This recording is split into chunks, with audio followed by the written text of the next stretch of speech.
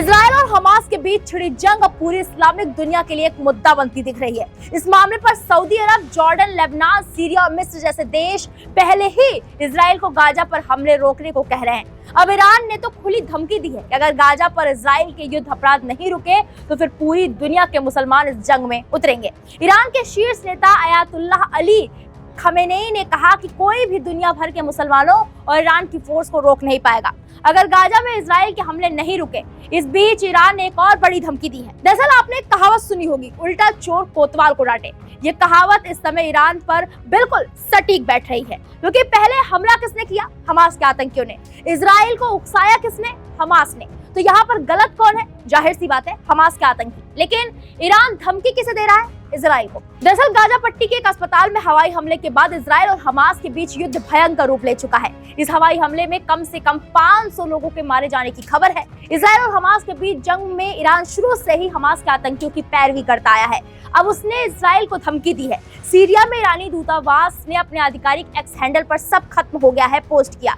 यह ईरान के विदेश मंत्रालय द्वारा गाजा पट्टी के एक अस्पताल पर इजरायली हवाई हमले की कड़ी निंदा करने के कुछ घंटों बाद आया, जिसमें कहा गया है कि सैकड़ों निहत्थे और रक्षाहीन लोग मारे गए और घायल हो गए। वैसे एक वीडियो सामने आया है जिसमें आप ईरान की नफरत इजराइल के लिए देख सकते हैं।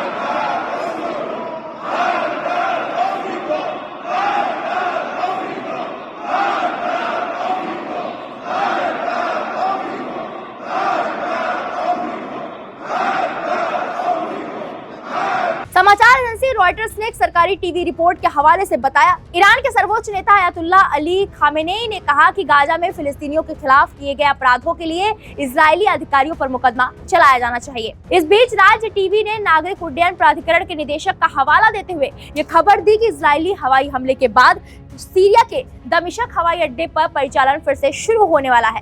बता दें कि गाजा के अस्पताल में बड़े हवाई हमले ने युद्ध को भयंकर रूप दे दिया है।